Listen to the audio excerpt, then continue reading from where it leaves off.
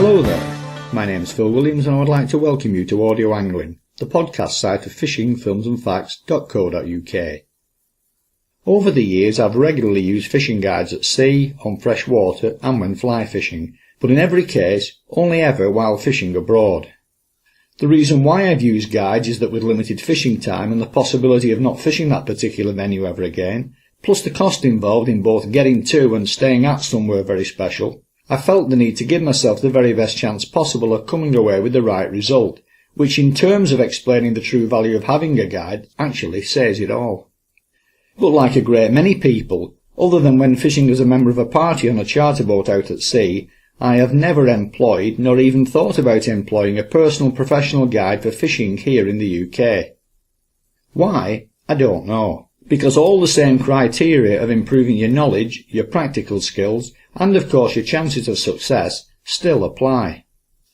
To get some sort of handle on why perhaps more of us should be looking towards guides and instructors for angling tuition, and for help in both finding and catching more fish, I'm joined today by one of the few professional fly fishing instruction and river guides in the county of Lancashire, Mike Roden, who operates across the whole spectrum of game fishing, as well as coarse and even beach fishing when called upon to do so, and in particular float tubing on still waters, which is something we plan to cover specifically at some stage in the future, using the video equipment. Buying in the services of a professional guide for fishing in UK waters for most of us is probably not something which would ever cross our minds. Why then do you think that is? And equally, why do you think those people who don't use guides may have got it wrong? Well, there's two kind of things to that. If you are an experienced fly fisher, then you are looking for maybe a new venue to go and fish. So let's say you're looking for a new stretch of river. You can spend an awful lot of time during that day, when time is precious, finding out the river, looking where the boundaries are, working out where you're going to park your car, how you're going to get to the river, what the banks are like, where the deep holes are, and it's full of pitfalls. Whereas if you employ a guide, the guide will know that river intimately. They will meet you at a pre-arranged spot, take you to the river where you're going to start your fishing, advise you on the method that may be useful in that particular stretch of water, will tell you any pitfalls when it comes to the wading, so you avoid dangerous holes and slippery rocks and all the rest of it.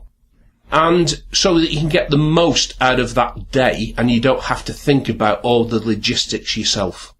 So it leaves you to just literally enjoy the day and hopefully catch fish without having to worry about all the peripherals. And therefore you're making the most use of your time. So it boils down to really how much time you've got. If you're fishing a place for 2 or 3 days, then part of the enjoyment might be that area of discovery, in which case go and do it. But if time is at a premium, then a guide is certainly one way of making all your time more effective. What then are the services that yourself and similar UK guides have to offer? Well, my services really fall into 2 areas. There is one that's just outlined purely in terms of showing people the water, and because of my knowledge of that water, explaining to them or highlighting where the fish are likely to be, what tactics to adopt, what flies to use, and what techniques to use, as well as obviously, as I've said, wading safely. But the second part of my job, because I'm a qualified fly fishing instructor as not just a guide, is that I can help people with their technique. So if they come across a little bit of water that is very, very difficult because of undergrowth, overhanging trees, because of the speed and power of the current, where it's difficult to present a fly, then I should be able to help them with a particular casting technique that will allow them to get that fly where it needs to get to. So they're the 2 areas really. It's technically helping them with the casting and technique, as well as actually showing them the river. And what specifically are the casting techniques that you teach? Well, particularly on water, the problem that we have is the fact that the water is moving, so that as soon as the fly lands on the water, the current of the river is getting hold of the fly line and dragging it downstream, which means that it starts to skate the fly across the surface of the water or underneath the surface of the water, and it's what we call drag. And as soon as you start to drag the fly, then you are not going to catch fish. So we need a presentation that allows us as drag-free as possible. So there are various techniques that we can adopt where we are introducing slack line into the cast, so that we put in, if you like, in simple terms, putting more slack line upstream of where the fly is, so the current's got to get hold of that slack line, take it downstream before it has the effect of dragging that fly. And so we're getting extra presentation time-wise over where we think the fish are likely to be. And there are lots of different what we call presentation casts or slack line casts that will enable us to do that, dependent upon the state of the river. Unfortunately, rivers aren't uniform. They don't just have fast or medium or slow moving currents. If you look at any bit of river across stream, directly across stream, there could be a fast seam of moving water directly underneath the rod. There could be a fast seam of moving water halfway across the river, or at the far end, wherever you're wanting to present the fly. And therefore you need the ability to put that extra bit of slack line at the main part of the current. So you need the ability to move that slack line up and down the cast to suit the water. So it is a very, very specific technique, and it's something that all river fishermen really, if they want to maximise their potential, should know how to do them. Now you also cover other aspects of fly fishing, including still waters from boats, float tubing, coarse fly fishing, and even some saltwater stuff, which as a sea angler who's done a bit of that myself, I'm particularly interested in. In fact, I still hold the IGFA World 8-pound tippet record for coalfish from around the salmon cages out in Red Bay off Cushendall in Northern Ireland, and I've also done a couple of videos in the company of Ian Burrett and Alan Hetherington, where a number of different IGFA tippet records for pollock were beaten and returned unclaimed. So the UK's saltwater potential is most certainly out there. With that, and the freshwater stuff in mind, can you elaborate now a little more on the various fly fishing options you offer? Yeah, sure, yeah.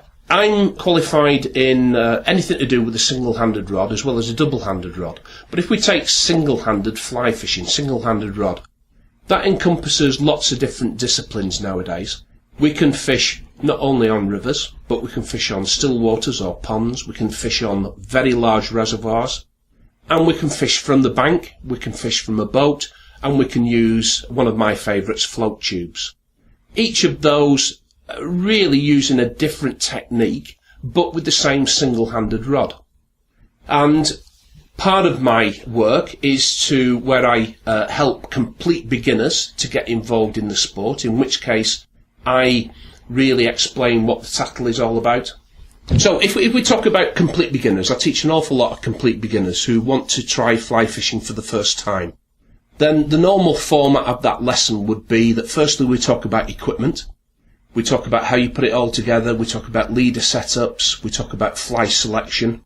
And then we move on to the technical aspects of casting. And the two basic casts that we'll introduce into the lesson would be a basic overhead cast and a basic roll cast, because they form the foundation of all fly casting.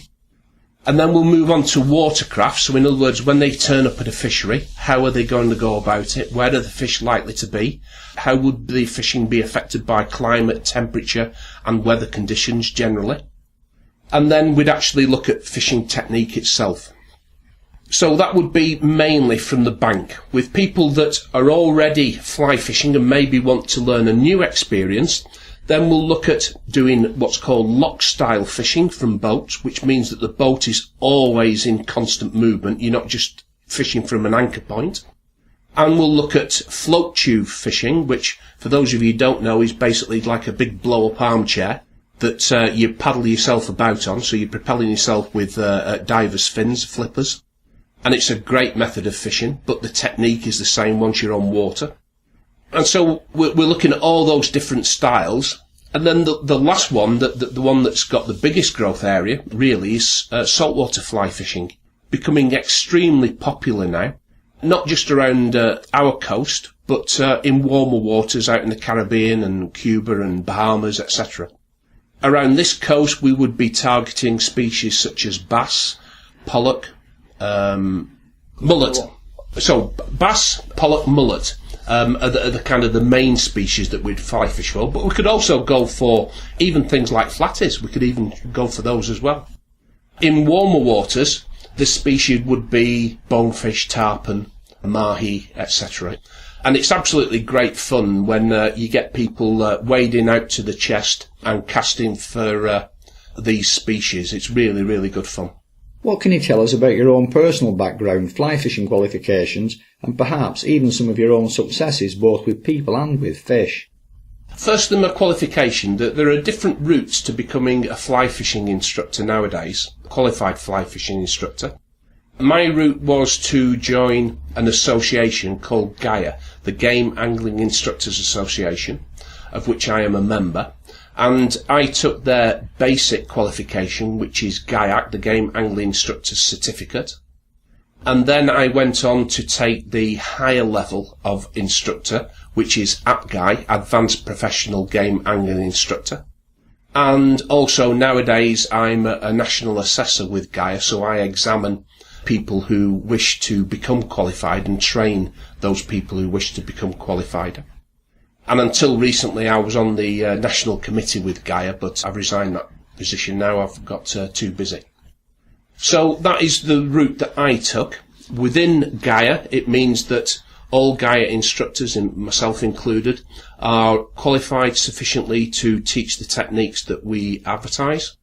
It also ensures that we have public liability insurance and that we've been CRB checked and we've done child protection courses, so that we're fully qualified to teach people of all ages, all backgrounds, etc.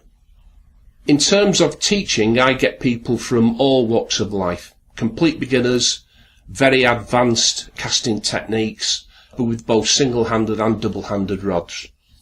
I've taught people as young as 5, 6 years old, although I wouldn't absolutely advocate that, in all honesty. I would suggest that a child who wants to get involved in fly fishing, because it is technical, needs to be 10, 11, 12 years old, I would suggest. But there's no upper age, and there's certainly no restriction in terms of the sexes. The eldest client that I've had was a 98-year-old lady who came to me for the very first time 2 years ago it is now. She'd always wanted to fly fish and never ever had the opportunity, didn't know how to go about it. And for her 98th birthday, her family clubbed together and bought a lesson with me. And she came with me for a couple of hours at a still water and actually caught her first fish on the fly. In fact, her first fish full stop. And she was absolutely cock-a-hoops. I thought she was going to have a heart attack in excitement. So that was probably something that will always stick in my memory. But all the lessons really are memorable because everybody's different. Everybody looks at things differently. Everybody goes about learning differently. And everybody has a different objective when it comes to fly fishing. Some people want to catch a lot of fish. Other people like the peace and solitude. And some people like the challenge. And fly fishing can offer all of those objectives. And there is no restriction on age or sex or ability, provided somebody is reasonably able-bodied, then we can get them fly fishing. What about your earlier angling background prior to becoming an instructor? What's your fly fishing history, or angling history generally? I'd love to say that I've been fishing man and boy for years and years, but it's actually not the truth. I didn't get into fly fishing until fairly late in life. I was late 20s before I even got hold of a fly rod. And I got introduced to it by a friend who was a fly fisher, who thought that he owed me a favour, as it were, and took me fly fishing with him one day. And I really, as the pun intended, got hooked on it. I really thoroughly enjoyed it. I hadn't a clue what I was doing. The fly was getting caught up trees and in bushes, just like with every other beginner. But I did manage to catch a fish, luckily.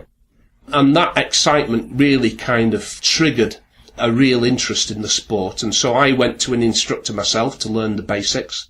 And then I really started fly fishing with a vengeance. I probably did more fly fishing in the first 5 years than most people do in a lifetime. It really did kind of grab hold of me.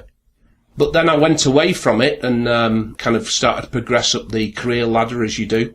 And because of time constraints, I only fly fished now and again. But then I got back into it, and I reached the stage where then I was thinking of my own mortality, let's put it that way, without being too morbid, and thinking there's got to be a lot more to life than just the daily grind. And so I resigned my position with the company I was working for and decided to become a fly fishing instructor, with the thought initially that it would just keep me amused for a couple of days a week maybe. I became a full-time instructor now. This is my 9th year. And I never for one moment thought it would ever become a full-time occupation. But it really has grown, and fortunately I'm very busy. When fishing for yourself, what is your personal preference? Still waters or rivers? Oh, my preference is river, yeah. To me, that is why fly fishing was invented, to get out on a river. But I do, two lots of things. I take trips of people out on the river. So I might take, in fact, I've got a trip coming up next Wednesday, where I'm taking 6 people on the River Eden. And we'll have a great time. It'll be a social get-together. We'll have real good fun. Hopefully I'll be able to show them some good fishing, and they'll catch fish. But it's that kind of scenario. It doesn't have to be deadly serious. On other occasions, I might want to just take myself off on an isolated bit of river and not see another human being, and just be part of nature, part of the river, and just really lose myself and forget all about everything for that brief time. So fly fishing can offer you any kind of objective you want. You can go out mob-handed and have real good fun, have a good laugh, or you can have absolute complete peace and solitude. It depends on what you want to gain from it. Can we now look at some of the still water developments which have been, and in some cases still are, either in the controversial category or perhaps less liked either by yourself or fishery managers, starting with the use of sight bobs or indicators, which some purists argue are akin to coarse float fishing? Yeah, if there's one thing that really stirs up debate and conflict of opinion, then indicators is probably the one. My own view is that I don't mind using indicators at all in the slightest. I use them for my own personal fishing, and I teach people how to use them. A lot of people have the complaint, well, it's just like coarse fishing. Well, my counter to that is that if you're using a floating line, that is a float. It just happens to be 90-foot long float, but it is a float. The fact that you're putting an indicator on the end of it just makes it that little bit more convenient, that little bit easier, and allows you to really control the depth at which you're presenting that fly. So I've no objection at all to using indicators in the slightest. The one thing that maybe kind of is a little bit irksome to me, purely as an instructor and looking through instructor eyes, is that under some circumstances with very commercialised fly fisheries, then nearly everybody is using an indicator because they don't know how else to fish. And they're catching fish purely using that indicator. If you took that indicator off, then they'd never catch another fish in their life. So that's one thing that I don't like from an instructor point of view. But if you use an indicator correctly, it can be, in some circumstances, the only way you're going to catch fish. OK, so let's now move a little bit further down in the water column. In fact, a lot further down, right to the bottom. What are your thoughts on boobies? Boobies, again, can kind of stir up a lot of emotion.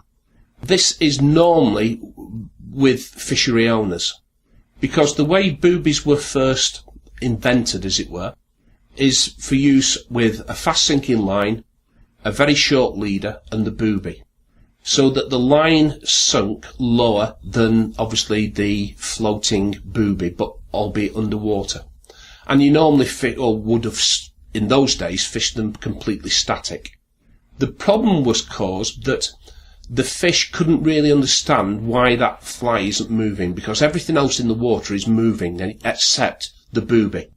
And therefore, it was a great source of annoyance for them. And when they took the fly, they really took it with a vengeance, and more often than not, they end up swallowing that fly very deeply. So it is impossible to effectively catch and release that fish. When you pull it in, you're going to have to kill it. And therefore, a lot of fisheries don't allow you to use them for that very reason. However, things have moved on since the early days of boobies, and now you can use boobies with intermediate lines and sinking lines as part of your 3 or 4 fly setup. and it simply allows you to give a different presentation to the other flies. And in that case, the flies are always moving, and therefore when the fish takes the fly, it takes it just like it would any other fly. It doesn't necessarily really swallow it down deep. So a more modern use of the booby, in my opinion, should be allowable. It's only when you fish it absolutely static with a sinking line that it causes the problems that it does. To my knowledge, those are the two main current controversial subjects, but are there any others either about to divide opinion or as yet still further down the pipeline which may at some stage rear their heads? The only thing that's really taken particularly the river fishing by storm over the last few years is the use of what's called duoing or trioing. And that is basically where you're using a bushy dry fly and suspending a much smaller nymph, for example, underneath that dry fly. And the normal way of attaching the nymph to the dry fly is using what we call a Kiwi dropper or a New Zealand style dropper, where you tie the dropper directly to the bend of the hook of the dry fly. So it's called Kiwi style or duoing or trioing. And that has really, really taken the river scene by storm and has some applications on still water as well. And it's a means of being able to present a dry fly and a nymph and fish them both absolutely effectively. And under normal circumstances on a river, for every 10 fish that you catch maybe using that method, maybe 3 or 4 would take the dry fly, 5 or 6 would take the nymph. So it can be a really effective method. It's funny you should say that really, because back in the mid-1990s, I started whipping the eyed shank cut from a size 12 hook to the shanks of other hooks used to make suspender buzzers, with the extra eye appearing just above the bend of the hook. I then tied a short mono dropper to it, which was used to position a weighted buzzer further down at a preset depth. It wasn't particularly flexible in terms of depth adjustment, but it worked and subsequently appeared in Stillwater Trout magazine. So sight bobs are not perhaps as new a topic as some people might think. Anyway, I'm getting off the subject. So how do you see guiding and tutoring as a potential growth area for the future? Well, again, this really is the peculiar nature of the business I'm involved in. People generally, whether it is enforced through redundancies and, lack of workaround, are acquiring much more leisure time. Sometimes it's not what they want, but they have got more time on their hands. And therefore, ironically, when times are quite tough, I can actually be extremely busy. Because people, maybe if they've been made redundant, they've got a little bit of a redundancy package, they've got time on their hands, and they can fulfil some ambitions that have been put on the back burner because they've been working so hard previously. So they come to people like me and start something that they've always wanted to do.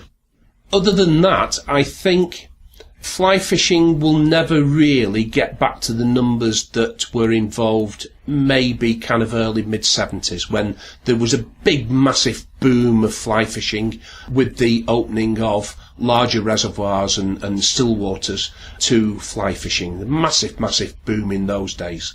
It's quietened down since then, but I think there is certainly a trend now where couples, for example, are coming to me for lessons. So you get husband and wife or partners that both come to me to learn fly fishing. It's almost, I kind of equate it to fly fishing being almost the new golf. People used to think of golf as something that they could both do together, enjoy each other's company out on the golf course and do it into their dotage. Well, fly fishing is exactly the same as that. There's nothing to stop people doing that into very senior years. And there's absolutely nothing to stop partners and husband and wife doing it together. And women particularly like it because there's no creepy crawly maggots and slimy stuff about. Looking specifically at the guiding aspect of your work now, do you see it as a cost-effective shortcut to success? Well, I mean, anything I said to this could be misconstrued, couldn't it? Because I've kind of boosted my own living. But again, the real acid test is you would have more of a guarantee of catching fish with any guide that knew what they were doing, without a shadow of a doubt. So if your objective is that time is short, you want to catch fish, you want to enjoy yourself, you don't want to waste time finding out how to go about it, where the fish are, how to wade safely, where to park your car, then a guide is extremely good value for money. If you are the type of person that want to discover all those things yourself, and you're not bothered whether you catch or not, or you're not bothered how many fish you catch, and you want to go on a voyage of discovery, learning a new bit of water, then a guide isn't essential by any means. So it really depends upon how you want to go about it. But guides can be an extremely easy way of catching fish, and pretty economical as well. I suppose it also falls into the shortcut category in terms of success with techniques and knowledge, as well as finding fish. It most certainly reduces the need for trial and error.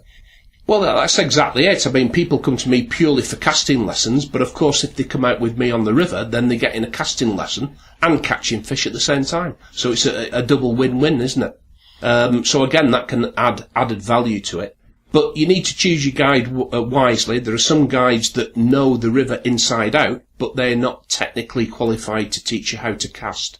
And there are other people like myself that are technically qualified and guide that will enable you to get that win-win scenario. So what's the extent of your instructional guiding area and species availability?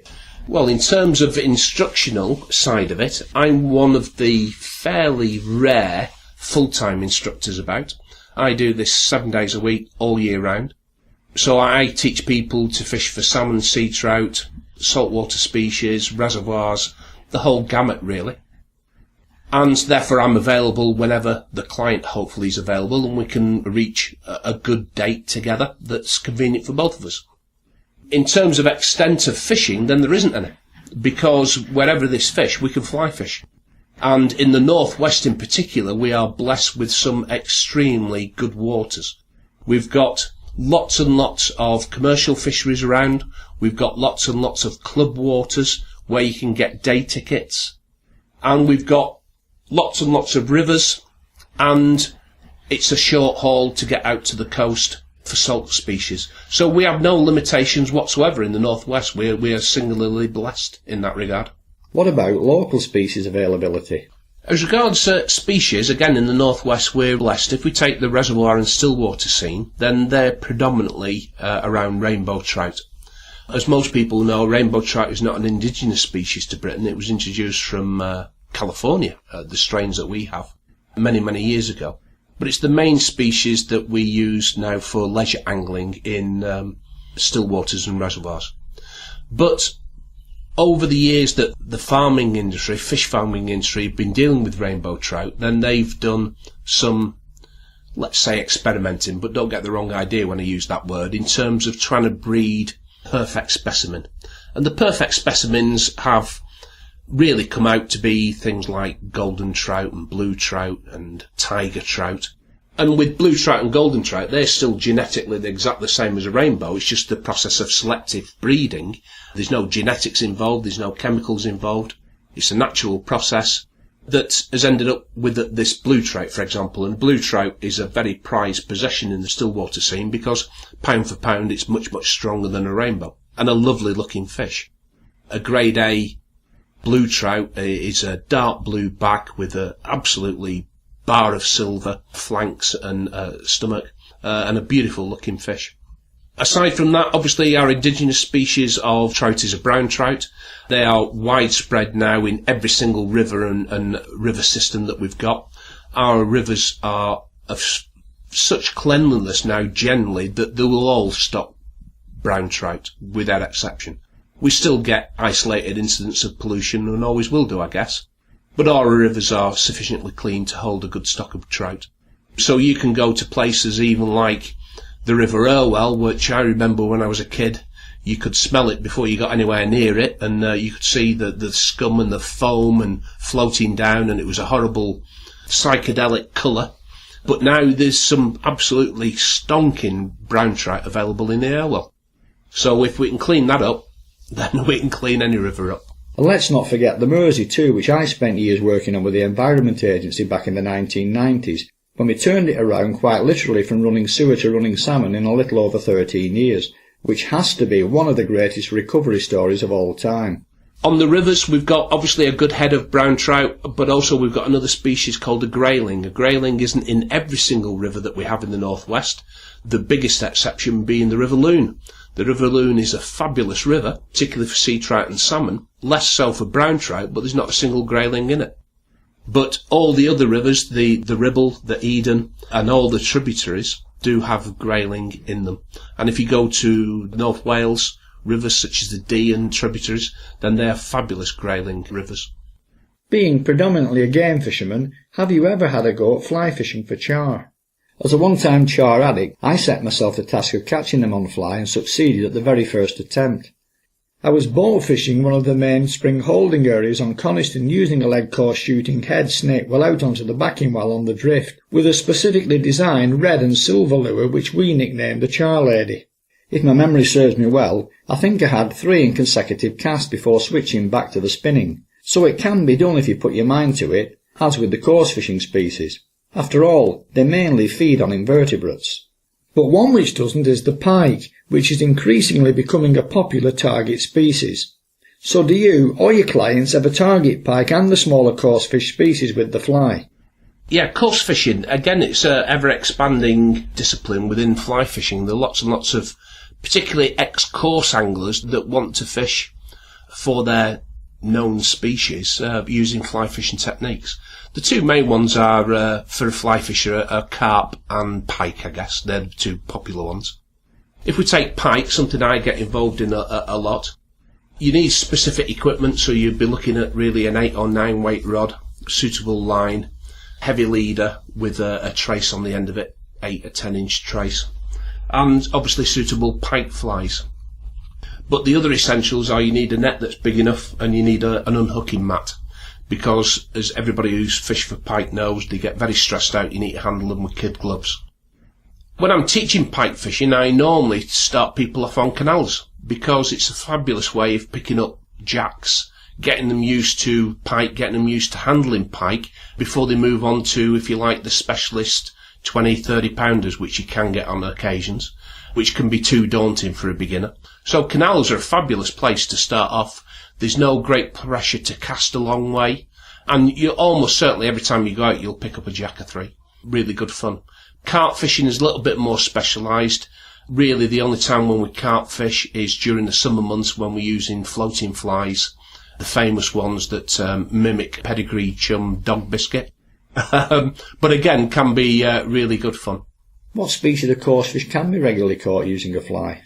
I think I've caught every single species there is, certainly all the common ones, carp, rudd, roach, perch, bream, tench. Some of them are easier to catch on a fly than others. Perch are particularly easy to catch because obviously they're aggressive species. Some of the others are a little bit more difficult if they're kind of fairly exclusively bottom feeders. But I've caught every one, but the one that's eluded me up to now is a barbel. I've never caught a barbel on a fly, and I'd really, really love to do so. It's not an easy thing to do. In different countries you get barbel that will actually take a dry fly, would you believe? But all the barbel fishing that I'm familiar with from the coarse guys, on the Ribble in particular if you like, and again it's all kind of luncheon meat stuff and bottom weighted stuff, which means that it is fairly restricted when it comes to a fly fishing technique. But I've not given up on it yet, and when I get some time I hope to achieve that ambition.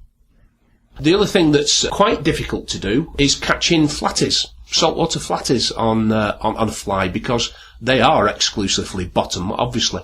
So you need to use, it's almost like the booby technique that we talked about earlier, except you're using a weighted nymph. So it's a fairly heavy sinking line, short leader, and heavily weighted nymphs. You can use things like check nymphs and present it. You're going to get, you want a sandy bottom, you don't want somewhere where you're going to get snagged the whole time. Fleetwood, Knot End, those sort of areas are great for it. And the guy that put me onto that and discussed the technique with him is a guy that's extremely well known in the Lancashire area, Martin James, the Radio Lancashire broadcaster. I mentioned earlier about the syndicate water that I'm a member of, where I can take people. Martin happens to be the riverkeeper on that section, and so I meet Martin very frequently, and we always talk all things fly fishing, and all things fishing. He's an extraordinary bloke to talk to. And I would never have believed about catching flatties until he put me straight. So I've got him to thank for that. And you're catching these from the shore, I take it then? On the shore, yeah, off the beach. As fly fishing is always going to be a short or shortish range technique, I take it then that you're wading out into the water to get a better shot at them. Yeah, absolutely, you're wading, yeah. And it's just the estuary, the estuary at Knot End, which is kind of the nearest place for us, I guess. And what about Heysham just across the way? Have you yet tried the warm water outfalls there, where they hit the low water channel for the bass? Again, it's all about wading. Quite often you'll find the fish are topping all around you, even behind your back. Obviously, small schoolies dominate the catches, with surface popping flies usually drawing the most attention. Unfortunately, my last couple of visits drew a blank, though I have done well there in the past. I haven't. A lot of people have told me about Heysham because of the warmer water, but I've never actually tried it. I went up there, actually, to get the ferry and do some fishing over the Isle of Man, and that kind of sparked it again. But I wouldn't even know how you get to it, to be truthful, so I need to have a word with you afterwards, maybe, about that. And do you have access to any waters or beach which unguided anglers would not otherwise be able to fish without you being there? Well, again, I guess there's two ways to answer that. There are certain stretches of the river that, because of very precarious wading, it would be more than handy, let's put it that way, to have a guide with you. Other than that, then day ticket waters are plentiful when you're talking about reservoirs. Unfortunately, there isn't that much day ticket water now on rivers. More and more of our rivers are taken up with clubs and syndicates, where you simply can't get day tickets. But from a tuition point of view, if I'm teaching somebody river techniques, then I do have access to a private syndicate water on the Ribble. It's about a 2.5 mile stretch. Lovely water, good for brown trout, grayling, sea trout and salmon, where I can teach people all the main techniques because there's little seams of water that are good for different techniques. So I'd be able to show people upstream dry fly, downstream dry fly, nymphing, duoing, check nymphing, etc. and get them started in a really kind of concise way. Because other stretches of river, really you're stuck to maybe one or two main techniques. We wouldn't show them, wouldn't prepare them sufficiently to go out and river fishing in any sort of water. So I'm particularly fond of this little stretch of the Ribble that, I say, it's private syndicate water that I've got access to. But other than that, getting on rivers is quite difficult. Do you have any final thoughts on why anglers should think more seriously about hiring in the services of a guide like yourself? Well, I would say guide stroke instructor. I wouldn't say just purely guide unless they just want to know the water. The reason is that money invested in somebody that is technically qualified to teach you the different techniques and casting techniques means that that money is an investment for the rest of your fishing life. And therefore you can use those techniques for literally the rest of your life. So it will enhance not just that particular day's fishing or that particular lesson, but it'll enhance everything you do thereafter and make fly fishing much more enjoyable because your technique will improve, your catch rate will improve, and hence your enjoyment of fishing will improve. So I would really urge people to think of having lessons and having a guide as an investment for their fly fishing future, not just a very short-term win-win. And if people want to do just that, how might they make contact with you? Very simply, I have a website which is www.lancashireflyfishing.co.uk, and they can get on there. It gives them all the information about the services that I offer and also my contact details there. Send me an email and we arrange a particular time and job's good. Other than that, they can give me a ring on my mobile, which is 07786 682 272. So email or telephone, I'll be happy to help people in the future.